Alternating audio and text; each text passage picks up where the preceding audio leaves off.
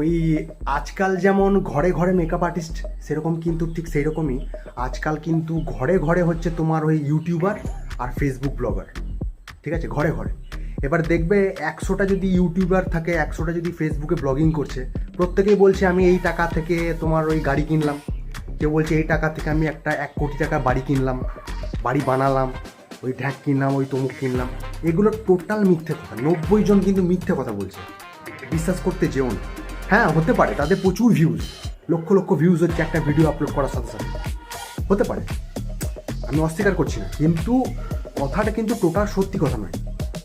এই ব্যাপারগুলো কিন্তু মাথায় রেখো, তার অনেক ক্রাইটেরিয়া আছে। ঠিক আছে, সেই ক্রাইটেরিয়াগুলোকে ফুলফিল করতে হয়।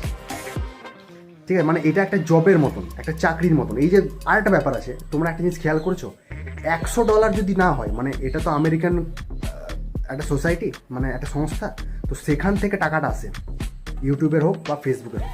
তো $100 টাকা মানে কত? আমি ধরে নিচ্ছি $1 মানে 80 টাকা, তাহলে $100 ইন্টু 80 কত হচ্ছে? এটা তো তোমার সারা মাস যাবে।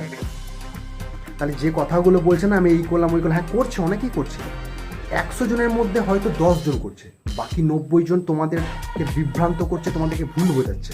তাই বিশ্বাস করো না।